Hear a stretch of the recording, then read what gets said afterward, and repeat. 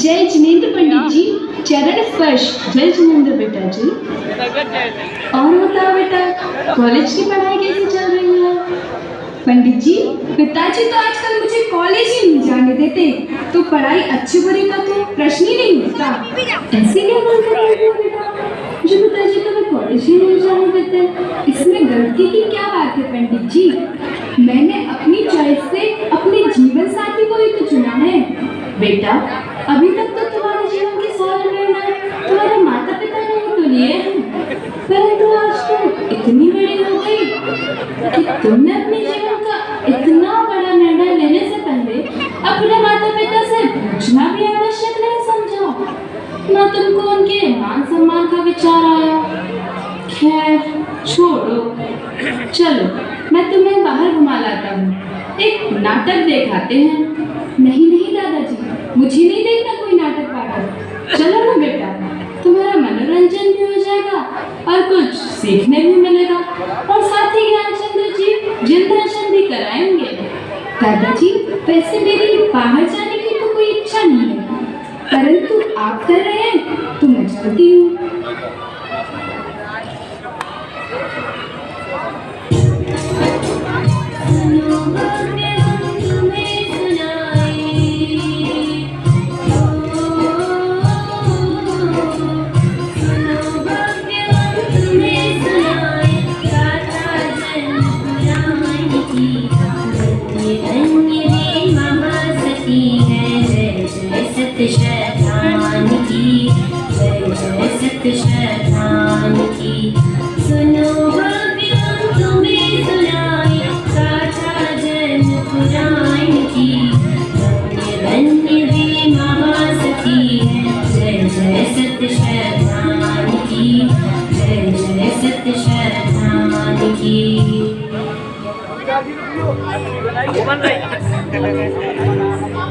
इस भरत क्षेत्र के मालव देश में अत्यंत सुंदर उज्जैन नगर है। वहाँ विश्वम्भर राजा राज्य करता था।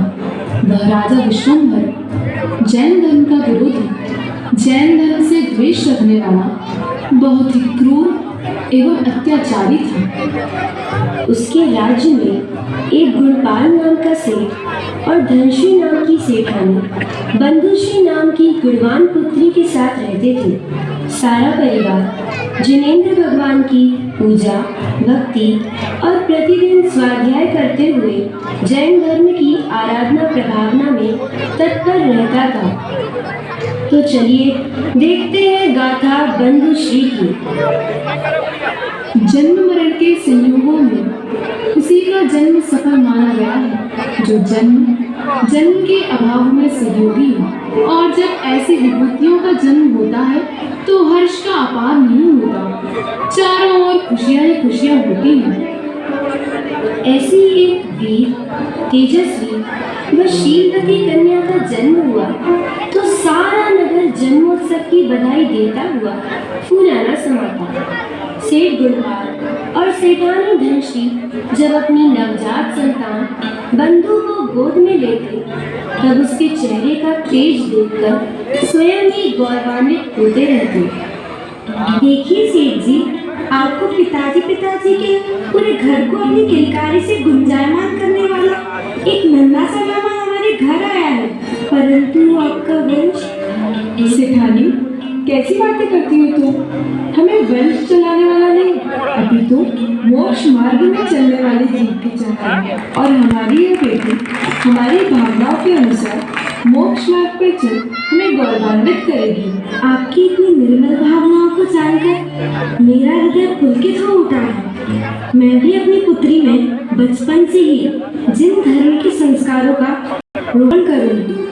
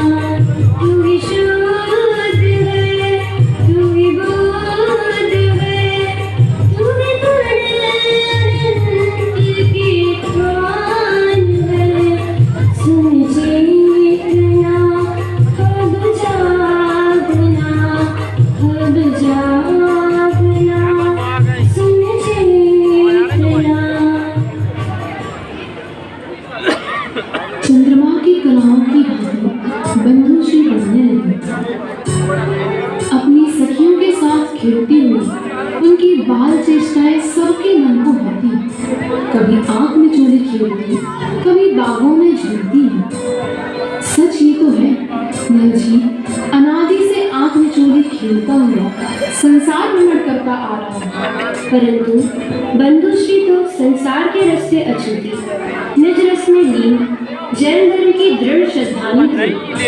उनके माता पिता ने उन्हें शील के संस्कार तो बचपन से ही दिए थे, परंतु यौवनावस्था में वे और भी दृढ़ होते हैं।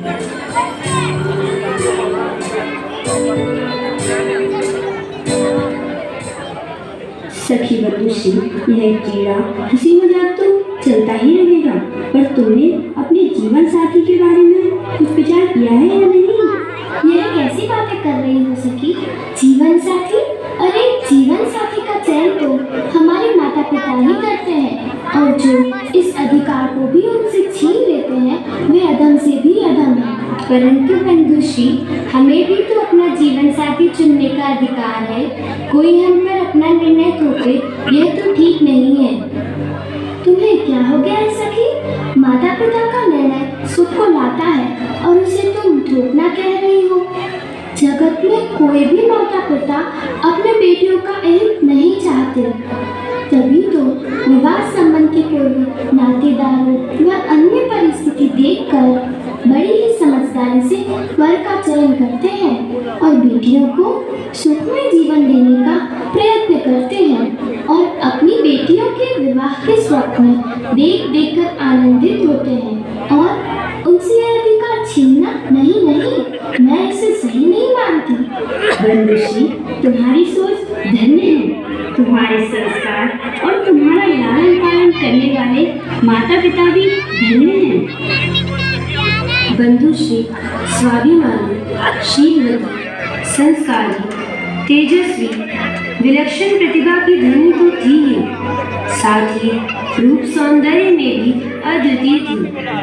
महलों के वैभव से अछूती बंधुश्री अक्सर घंटों घंटों जिन मंदिर में बिता देती थी। दर्शनम देव देवस्य, दर्शनम दर्शनं स्वर्ग सोपानं, दर्शनं मोक्ष साधनं। सत सखी, जिनेंद्र भगवान के दर्शन करते ही मन प्रफुल्लित हो उठता है। भक्ति रस का आनंद लेते ही संसार रस की रुचि छूट जाती है।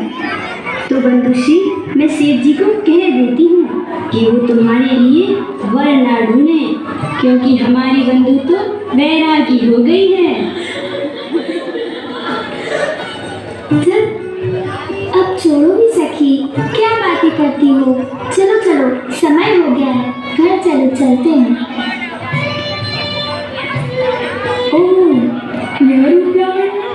अब तक मेरी नजरों से ओझल था, पर आज इसे देख मन विचलित हो रहा है।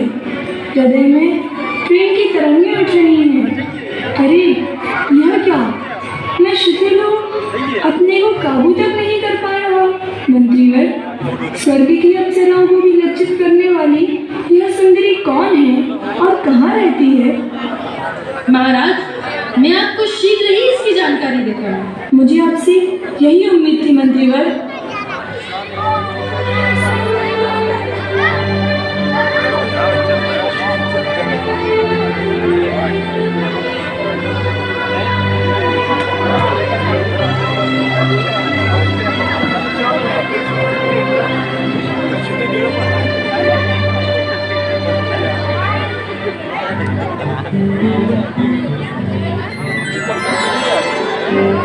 वह सुंदरी मेरी आंखों से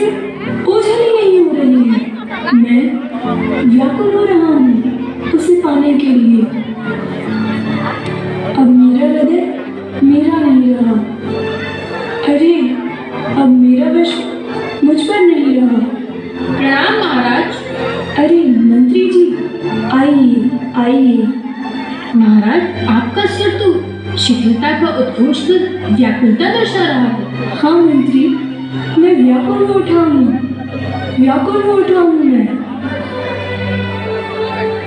नगराधिराज के मन को व्याकुल करने वाली वस्तु भी भला इस जगत में है। महाराज आदेश कीजिए, उसको आपके चरणों में जल्द से जल्द भेंट करूंगा। सच मंत्री, सच कह रहे हैं आप? तो ला दीजिए ना उस सुंदरी को मेरे पास, जो मुझे मार्ग में व्याकुल कर गई, मेरी अधीरता का कारण बन गई। मैं उससे शीघ्र विवाह करना चाहता हूँ। मेरा जीवन उसके बिना निष्फल है। महाराज, मार्ग में तो हम गुणपाल सेठ की पुत्री बंधुश्री से टकराए थे, परंतु सेठ जी का परिवार तो बहुत ही धार्मिक है और उन्हीं के धार्मिक संस्कारों के प्रभाव से बंधुश्री भी अत्यंत धार्मिक प्रवृत्ति की है।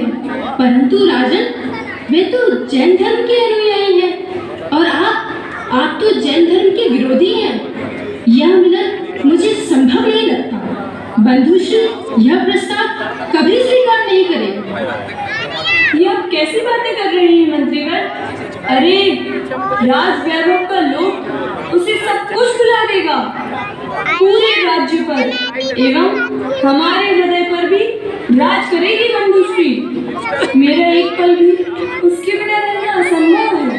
हे मंत्री, सेठ गुणपाल के घर जाइए और उन्हें यह संदेश दीजिए कि राजा आपकी कन्या बंधुश्री के साथ विवाह करना चाहता है और शीघ्र शुभ मुहूर्त में विवाह की तैयारी करने का आदेश दिया है।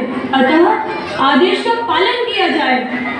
किंतु महाराज, सेठ जी के पास भी तो अरबों की संपदा है, उनके पास क्या कमी है? परंतु राजघराने के सामने तो तुच्छ है ना।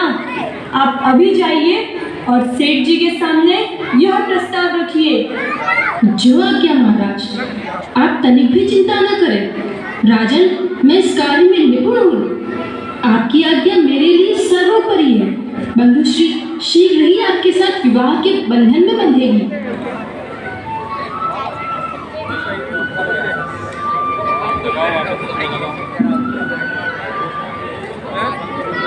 बधाई हो सेठ जी, बधाई हो।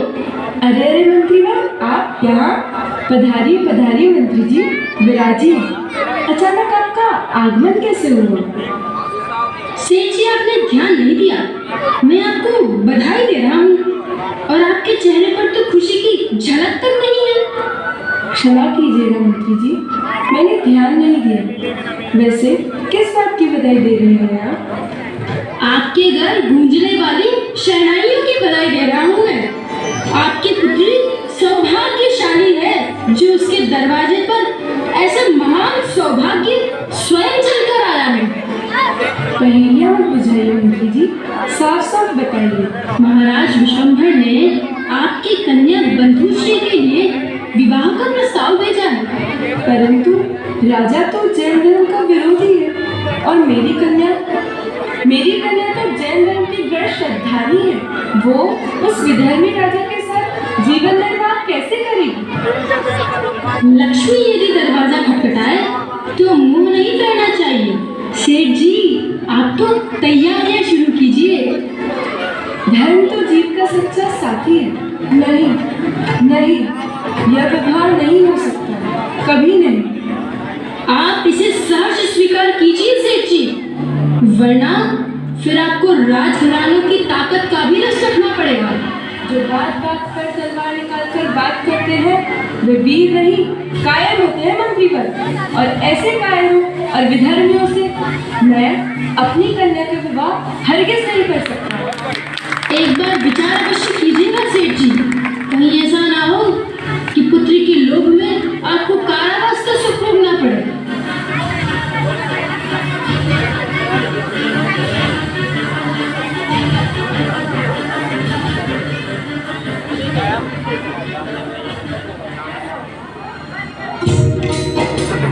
महाभाग्य से जिन शासन अर्जुन दर्शन पाया हमने, जिन वाणी की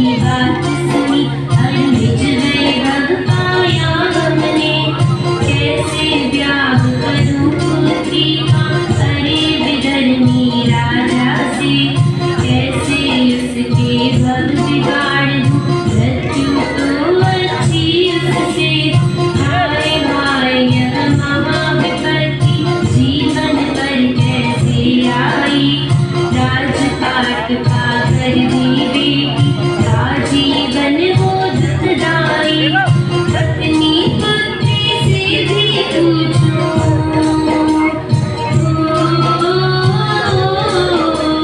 अपनी पुत्री से भी पूछो, फिर निर्णय दूं हितकारी।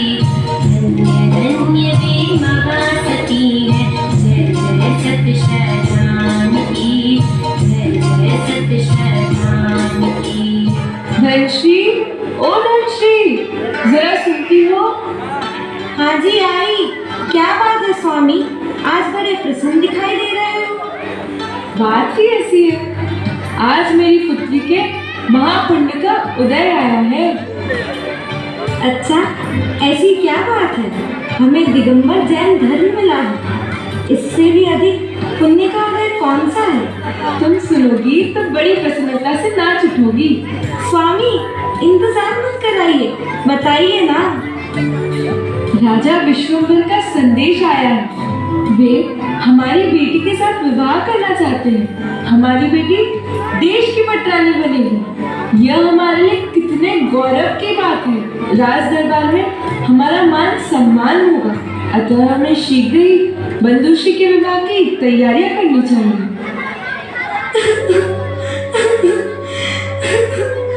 हे भगवान, ये आप कैसा शुभ समाचार सुना रहे हैं, और वह भी इतनी प्रसन्नता से। हे स्वामी, आपको क्या हो गया है? राजा विधर्मी है, उसके साथ मेरी बेटी का विवाह नहीं हो सकता स्वामी, नहीं हो सकता, कभी नहीं हो सकता। जिनेंद्र देव, चिन्मानी माँ, पीतरागी दिगंबर गुरु और उनकी भक्ति के बिना रूप, धन, राज, पाट सब बेकार है। अरे हाथी के पैर के नीचे दबकर मर जाना ठीक है, धरती फट जाए उसमें समा जाना ठीक है, ज्वालाओं की धधकती अग्नि में झोंक देना ठीक है, अमाप समुद्र की लहरों में बहा देना ठीक है, किंतु उस विधर्मी के साथ मेरी कन्या का विवाह करना ठीक नहीं है स्वामी, ठीक नहीं है। हे स्वामी, आश्चर्य की बात तो यह है कि आप दिगंबर जैन धर्म के मर्मज्ञ होने पर भी ऐश्वर्य को महत्व दे रहे हैं। ऐश्वर्य होना कोई बड़प्पन नहीं है, परंतु सत्य दिगंबर जैन धर्म को धारण करने से ही मनुष्य बड़ा माना जाता है। विधर्मी के साथ विवाह करने से संसार में अनंत काल तक परिभ्रमण करना पड़ेगा। देखिए स्वामी, उस राजा से जाकर कह दीजिए कि वह ऐसी व्यर्थ की कल्पना नहीं करे। हम अपनी कन्या का चयन गरीब से विवाह करा देंगे, परंतु विधर्मी राजा से कभी नहीं। चक्रवर्ती की संपदा इंद्र सरीखे भो, काकवीट समगिनत है सम्यक दृष्टि लो। हे देवी, मैं तो मात्र तुम्हारी परीक्षा ले रहा था। मैं भी विधर्मी के साथ बंधुश्री का विवाह नहीं करना चाहता। मुझे आपके विचार जानकर अत्यंत प्रसन्नता हुई। अब हमें बंधुश्री की भी परीक्षा कर लेनी चाहिए। हाँ, मैं तो डर ही गई थी। हाँ, मैं उसे अभी बुलाती हूँ। बेटी बंधुश्री, ओ बेटी बंधुश्री, यहाँ आओ, पिताजी बुला रहे हैं। जी माताजी, जी पिताजी, प्रणाम। आपने याद किया? बेटी, तुम बहुत भाग्यशाली हो। तुम्हारे लिए यहाँ के राजा विश्वम्भर का रिश्ता आया है। बेटी, तुम पुण्यवान हो। विवाह के बाद तुम इस देश की पटरानी बनोगी। हमारे भी भाग्य खुल जाएंगे। सारा देश हमारा भी सम्मान करेगा। हम तो बहुत सौभाग्यशाली हैं जो तुम्हारे जैसी बेटी हमें प्राप्त हुई। पिताजी, वह राजा विश्वम्भर, हाँ, जिसका हृदय जैन धर्म के प्रति घृणा से भरा हुआ है। परंतु बेटा, वह राजा है, तुम्हारा जीवन सुखमय हो जाएगा। मुझे समझ नहीं आ रहा पिताजी कि आप वही गुणपाल सेठ हैं जिसने अपनी बेटी में धर्म के संस्कारों का बीजारोपण किया था। पिताजी, क्षमा करना, परंतु आज आपको ये क्या हो गया है? जिनशासन से दूर होने का ख्याल तो मेरे स्वप्न में भी नहीं आता, और आज आपकी ऐसी बात सुनकर मेरा हृदय शून्य हो गया। क्या कहा आपने? मेरे भाग्य खुल गए हैं। पिताजी, आपको ऐसा लगता है? नहीं नहीं माँ, इन्हें समझाइए, मेरे तो भाग्य फूट गए हैं। माना कि संसार में हर माता पिता अपनी संतान को सुखमय देखना चाहते हैं, परंतु सिर्फ उस राजमहल में नहीं, वरन जिनवाणी माँ की गोद में है।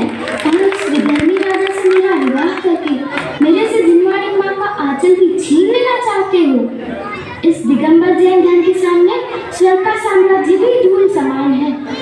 हमारे इस महान जैन धर्म में रानी चेलना, रानी रेवती, सती सीता, सती नीली, अनंतसरा, अंजना जैसी महान नारियां हुई है, जिन्होंने भयंकर कष्टों में भी जैन धर्म नहीं छोड़ा। और मुझे तो महान आश्चर्य हो रहा है, और आप मेरे पिता होकर भी आप मेरा अनिष्ट करने को तैयार हो गए। इससे तो अच्छा था कि आप मुझे कुएं में धकेल देते।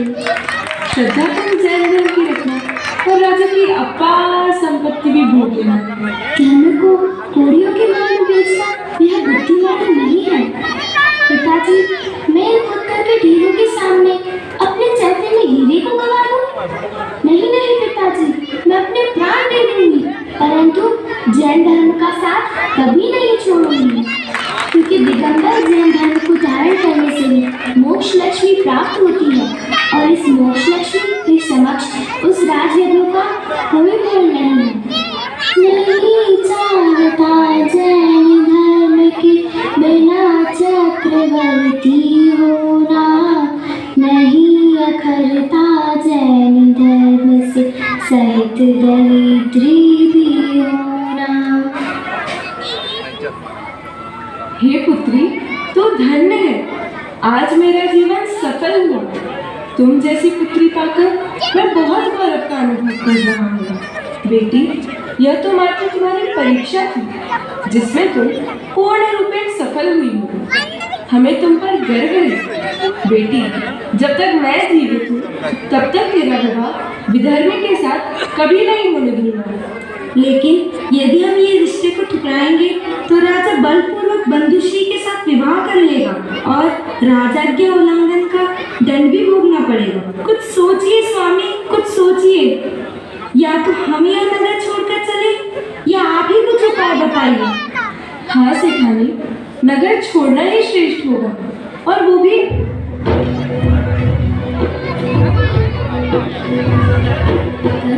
ज्ञान के अभ्यास ने ही चित्त लगाया, दुर्वासनाओं की जिन्हें नहीं छू सकी छाया। दुर्मोह तमो कैसे ज्ञान ज्योति जगाई, प्राणों पर खेल की धर्म की रक्षा सुखदाई। लालच दिए अभय दिखाए पर नहीं डिगे, श्रद्धान से जिन धर्म के किंचित नहीं चिगे। झुंझला कर निर्दय होकर सजा मौत सुनाई, प्राणों पर खेल की धर्म की रक्षा सुखदाई।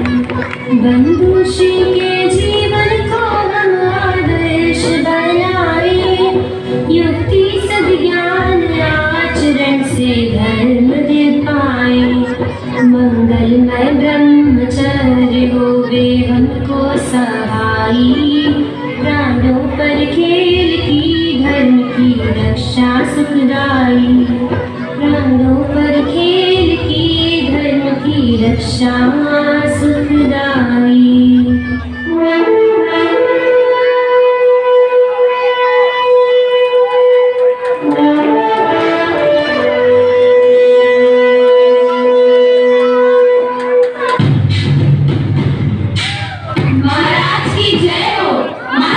की जय हो, महाराज की जय हो।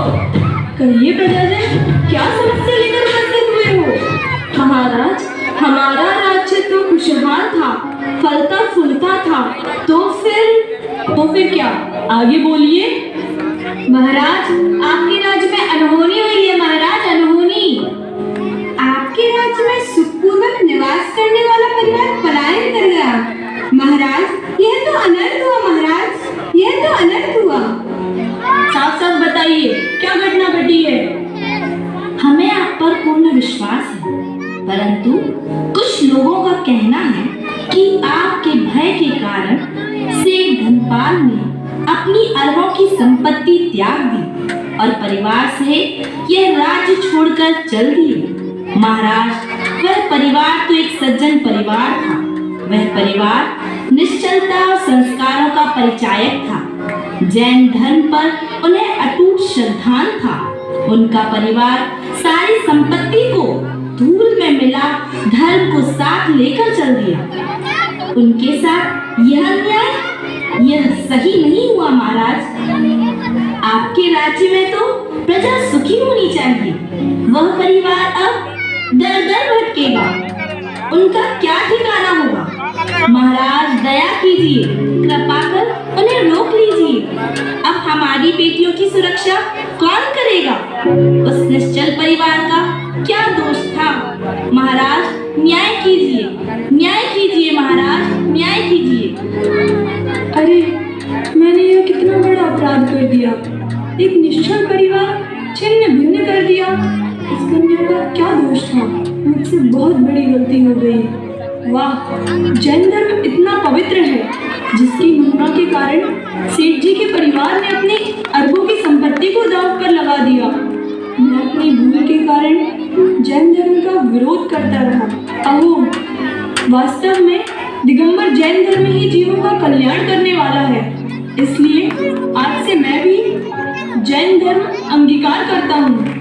मंत्रीवर, सेठ जी को पुनः ससम्मान नगर में बुलाया जाए और उन्हें इस बात से अवगत कराया जाए कि वे यहाँ निशंकतया जैन धर्म की आराधना कर सकते हैं तथा उन्हें उनके योग्य हर सुविधा उपलब्ध कराई जाएगी।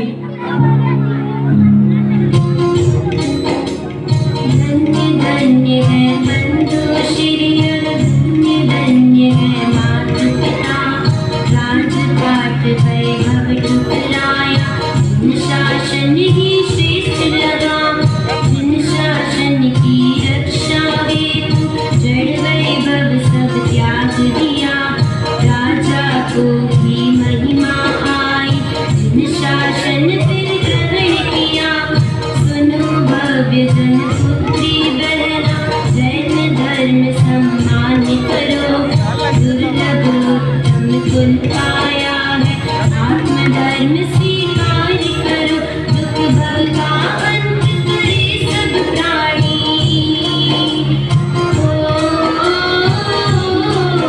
दुख भव का अंत करे सब प्राणी, बात सुनो भगवान की, धन्य वे महासती है, सत शरणागति की, सत शरणागति की, धन्य वे महासती है, सत शरणागति की, सत शरणागति। सुनो